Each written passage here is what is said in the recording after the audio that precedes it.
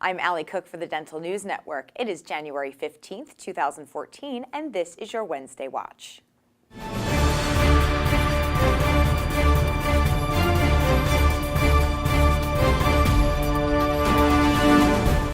Dux Dental's zone-free temporary cement is now offered in a 15-gram dual-barrel syringe, providing more flexibility for practitioners.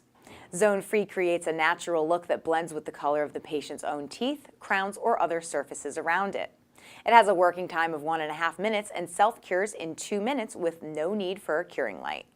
Coming up, a dentist weighs in on a recent root canal tragedy.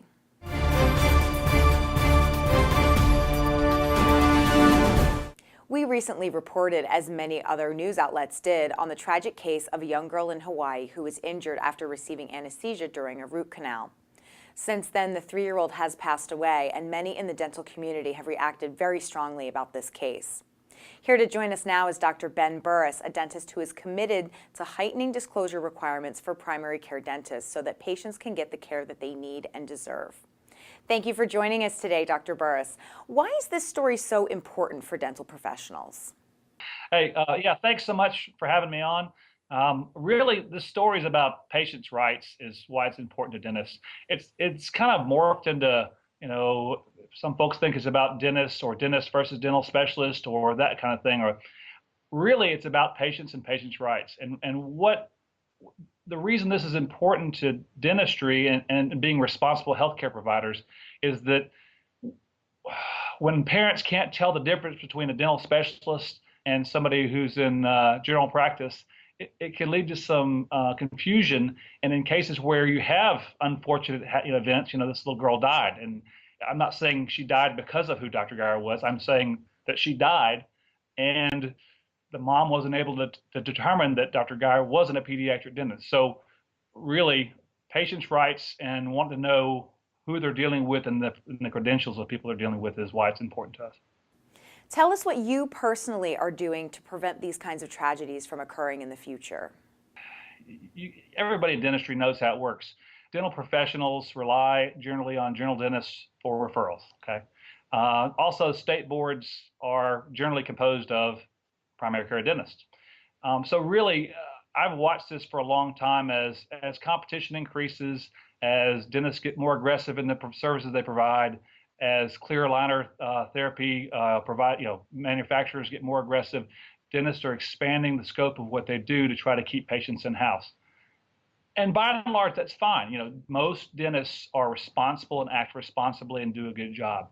However, I've watched a long time that there's some who are basically practicing beyond their abilities and more or less deceiving patients with word and deed into thinking they're experts. So I kind of feel bad about not speaking up about this earlier, but like most dental professionals, most dental specialists, I was bound by relying on the referrals from general dentists and fear of the state board. Now here I finally got the guts to speak up, and I've taken a pretty good hit personally and professionally, but it's the right thing. We need to address this as a group. We need to address this as a profession, and we need to act like people in healthcare should. You established this initiative prior to the case in Hawaii, is that correct? Yes, ma'am. We've been talking about this for a long time, and a group of us got together finally, and we put together a website called ichoosemysmiles.com. And really what it is patient education.